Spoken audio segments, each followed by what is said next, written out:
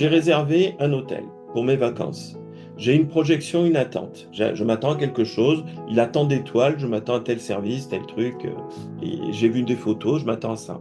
J'arrive, et ben c'est autre chose, quoi. Ou c'est pas tout à fait ce qu'il y a sur la photo, voire c'est pas du tout. Bon, alors, soit je m'effondre parce que ma projection, le monde réel ne répond pas à ma projection et c'est inadmissible, ce qui est le fonctionnement de beaucoup de gens.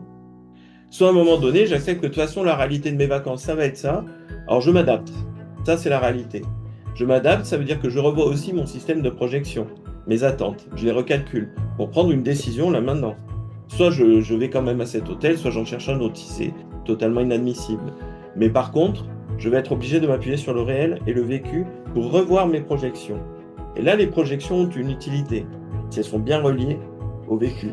Mais quand nos projections essaient d'écraser notre vécu, essaient d'écraser les choses, elles nous amènent à la stagnation et l'impossibilité.